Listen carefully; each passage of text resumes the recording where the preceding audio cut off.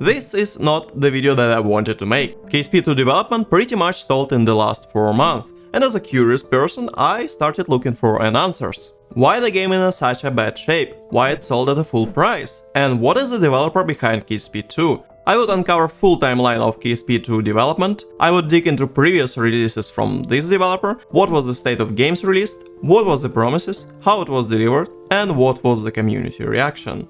And finally, we will dive deep into the train wreck that is KSP2 community management. Here's the post from official KSP TikTok account, and obviously it blew up on the KSP subreddit. This is TikTok account that listed as official source on Intercept Games official Discord server. If you did not play KSP2 recently or did not purchase this full price Steam release, here's the thing. My system have 2080 Ti, Ryzen 5600X and 48 gigs of RAM.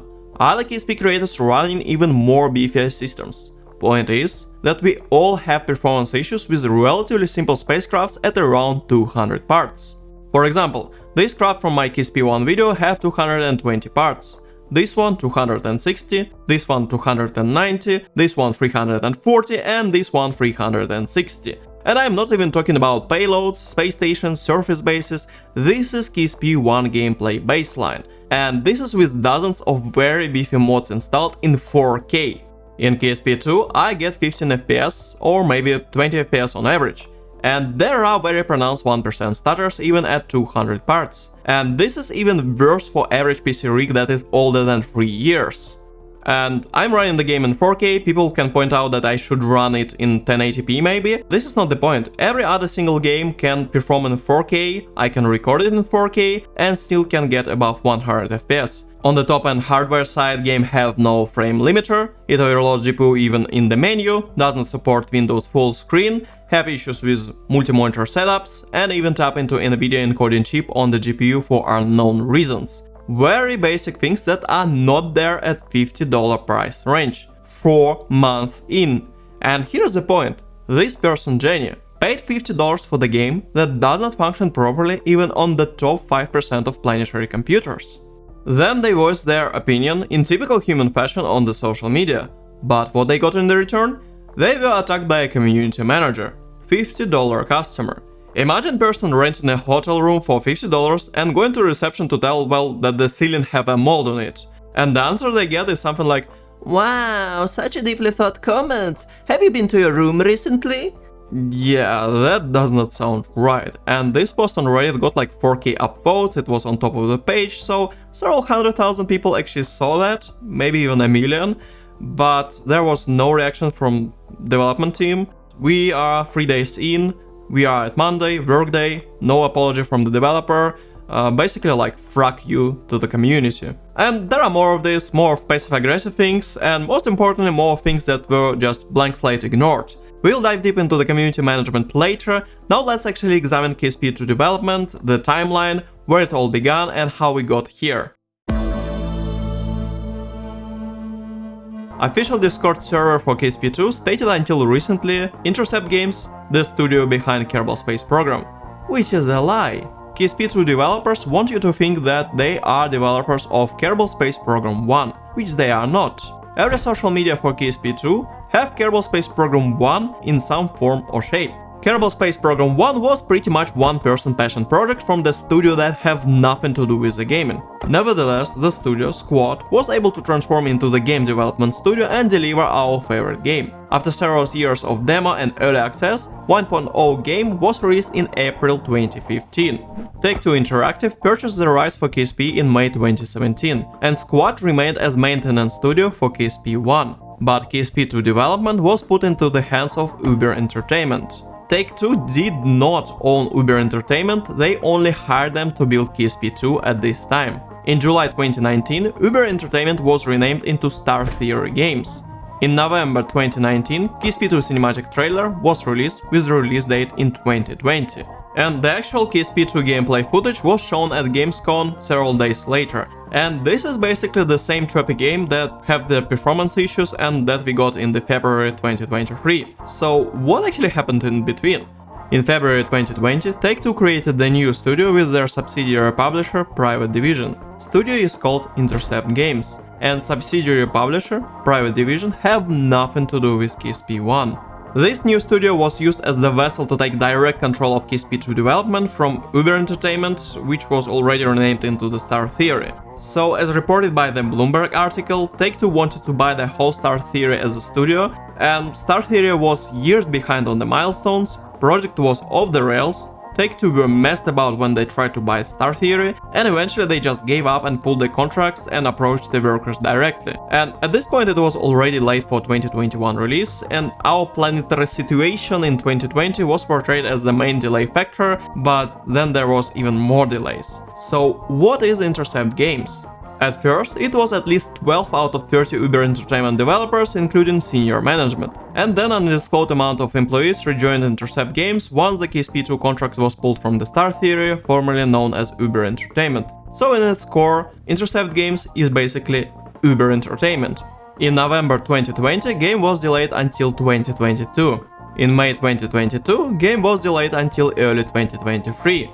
In October 2022, game trailer announced early access release for February 24th, 2023, with major features missing. And this is the first time when the early access was actually mentioned. Before that, we were going for 1.0 release with all the features promised. In February 2023 we got ESA press release, really awesome event, but it had pretty much the same tech demo that was shown in 2019, and even top-end hardware struggled to give above 30 FPS during this press release, and several weeks later pretty much the same build was released as KSP2 Early Access on Steam for the full price of $50. On top of performance issues, game have gameplay bugs that are on top of other gameplay bugs that are your core gameplay in KSP2. Major gameplay feature like re-entry hitting is missing, and it was silently ignored during all the announcements before. Everything that was marketed as KSP2 for 4 years in all the marketing material are now just PNG file on Steam storefront. First patch came 1 month later, on 16th of March 2023. And on 12th of April 2023, second patch was released, and as it stands right now, in mid-May, we have no date for the patch number 3, it was delayed. And it had been 4 months since press release, and we still have the game with major performance issues, and all major gameplay features are still missing. At the same time, more than 10% of every single patch is provided to developer for free by KSP modding community. Free labor to fix the bloody game. I can describe all the issues for a long time, but I want to answer a very different question with this video. Is this developer honorable? Can it develop the good game? And should we trust our money before getting the final product? Alright, we already established that majority of KSP2 management was Uber Entertainment. So let's see what they released during their studio lifespan. And probably most famous game from this studio is Planetary Annihilation. Planetary Annihilation is the game that was Kickstarter funded in 2012. And the main selling point of Planetary Annihilation marketing was to play on nostalgia and to use other games developed by other studios like Supreme Commander.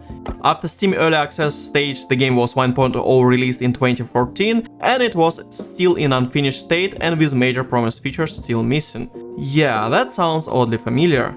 But was the game any good? Game had barely above 60% in any review outlet. And now it's also pulled from the Steam storefront, but well, you still can find the Steam reviews online, and it was the mixed reviews, and general consensus is that the game spent all the backer money not to deliver promised features. And after all that, the game was kinda abandoned. And yeah, Planetary Annihilation was already not the first game from Uber to be abandoned after the release. There was Monday Night Combat, that was actually a great game, and they promised to deliver patch for like 9th month, but instead of that they were developing Super Monday Night Combat and just never delivered that promised patch. And Super Monday Combat, yeah, it was also abandoned just right after Planetary Annihilation Kickstarter, and surprising thing that Planetary Annihilation Kickstarter stated that they will not abandon development of their previous games, so yeah, this kinda a pattern here.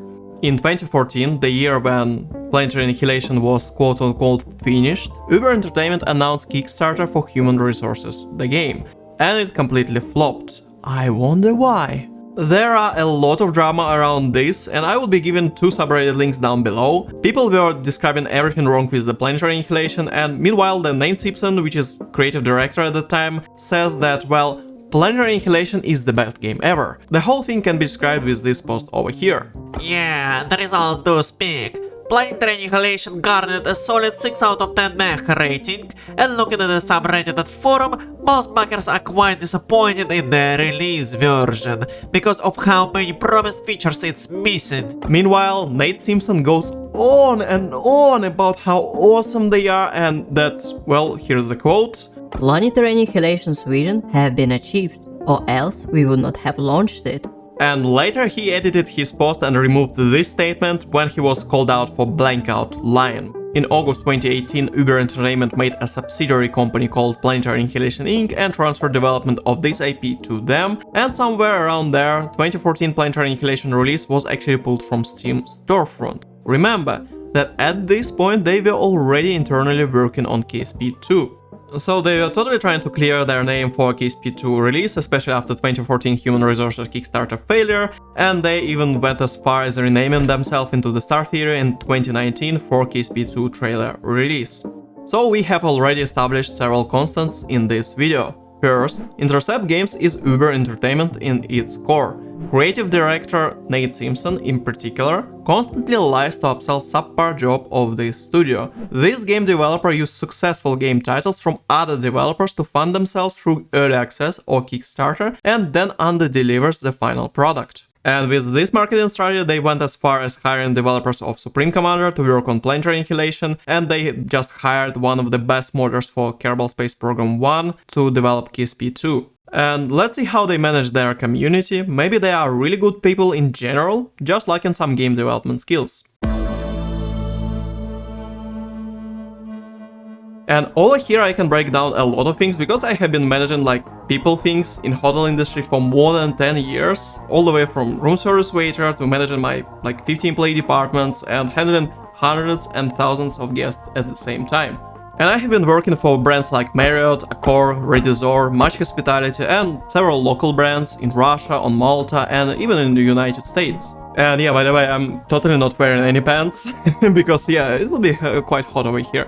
Otherwise, yeah, I don't want this video to be some sort of like personal attack on somebody, so I want to have some positive over here, some lessons to be learned, and lessons to be learned here in particular, what is the good customer service? What makes people loyal to any said brand? Community management is basically the same thing as your customer service. You just replace your hotel guests with the gamers playing your game, and it can be your product, your service, whatever, it is your environment that you create. And communicating with the players is a part of this said environment, especially when we are like quarter of the century into the 21st century. The basic principle of customer service is last. You listen, acknowledge, solve, and thank. By following this simple pattern, you can turn an issue with your product into a really nice review online. And I could not stress how many times I have turned failure of even a different hotel department that have nothing to do with my job into a nice review on Booking.com. And while first 3 is pretty much expected from you, the last one is where you shine and get like 5-star rating and loyal customer base. Here is an example of Grinding Gear Games CEO Chris Wilson explaining how they approach customer service. If we make a mistake, the players tell us, we apologize, we explain what's going on, we change it if necessary. So we try very hard to do what's in the best interest of the players. We apologize. Here is an example of Digital Extreme's Rebecca Ford acknowledging issues with the latest Warframe release. We have things to fix, and we appreciate anyone that had took some of the launch day bruises with us, but also the celebration that we did something very different and very exciting. Like full responsibility that there are, of course, bugs with the update. We are fixing them. The team is working on fixing them. There's going to be a hot fix today, but it's a lot of takes on, you know, I've read out basically all the feedback at this point, and I know... So you've been staying up late reading. Yeah, there's a reason I'm laughing so much, and it's because I have not slept. I have not slept. And here is Coffee Stain Studios apologizing for not releasing trailer for the next Satisfactory patch. Hi, it's Chase, community manager from Coffee Stain Studios here. Last week we said that we're going to be doing the Update 8 teaser today, and unless we're adding my apartment into the game, this ate the teaser. I'm making this video just to apologize real quick. Unfortunately, we weren't able to put the teaser together today. And all these studios thank their community by delivering good game and constantly interacting with the community. Chris Wilson have like pair of exalted orbs down below, and he have like the audacity to go like to hardcore streamer podcast and to answer any questions or hot takes. Warframe is just crushing it with like community interaction every single week, and Coffee Stain, they even feature like YouTube channels like for example this one that you are watching, although I had like 5 crappy satisfactory videos at that time. Yeah, that one actually made me cringe inside, but yeah, thank you Coffee Stain for your thank you.